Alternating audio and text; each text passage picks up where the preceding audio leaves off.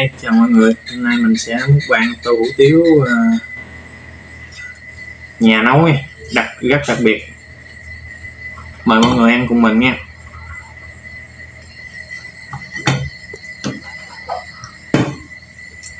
Hủ tiếu nhà làm nha. Hủ tiếu này tô hoành tráng luôn.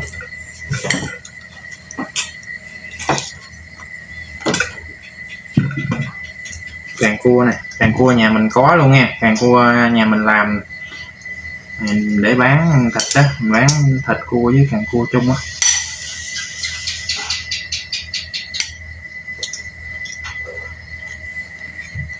Càng ha, càng với thịt gấp ra cho dễ.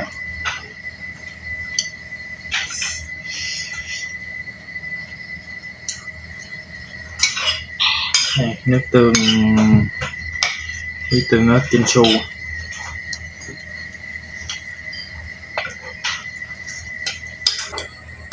Mời mọi người ăn nha.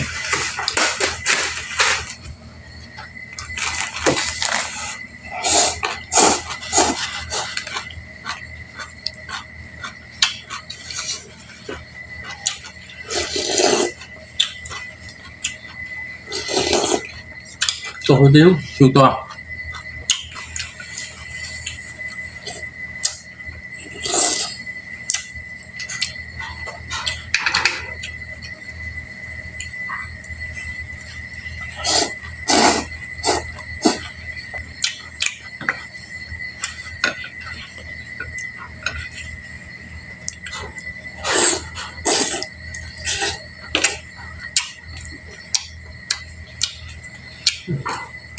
Bóc giòn ngon.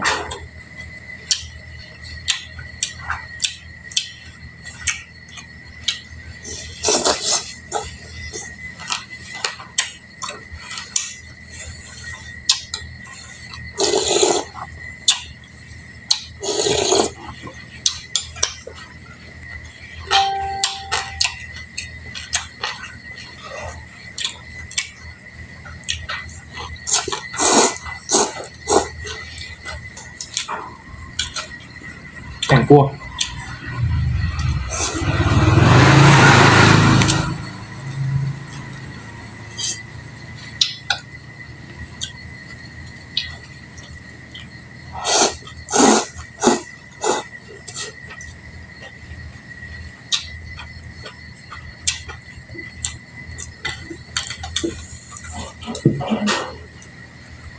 ý à.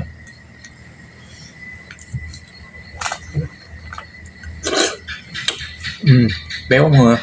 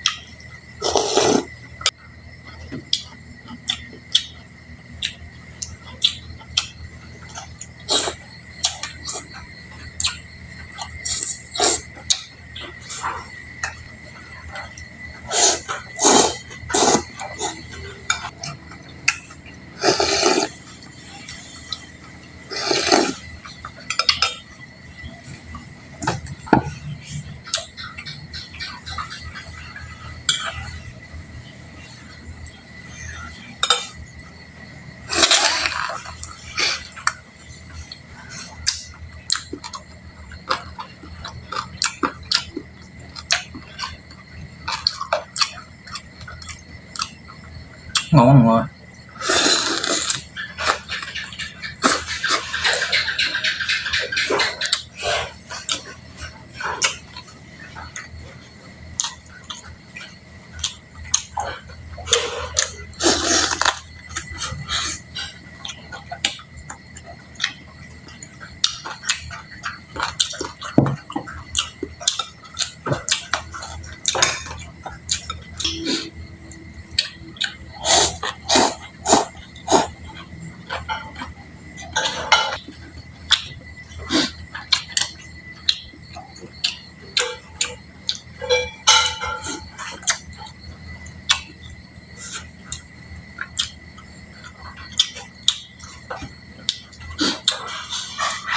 mọi người có muốn ăn cua thịt gỡ sẵn mình cũng có nha. Nè càng cua đâu nè.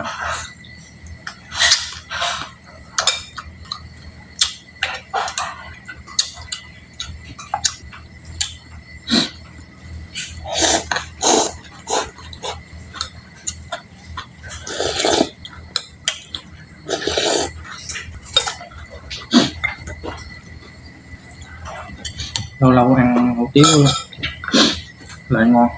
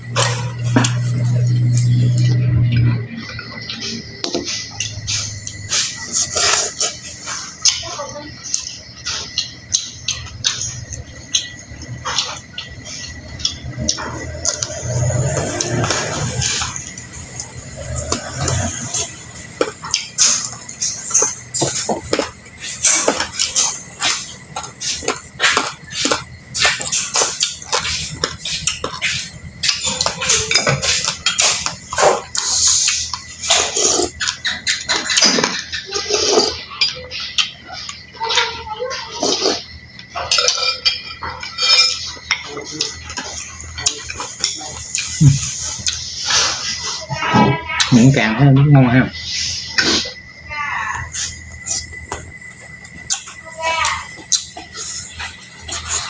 Rất là chắc rồi.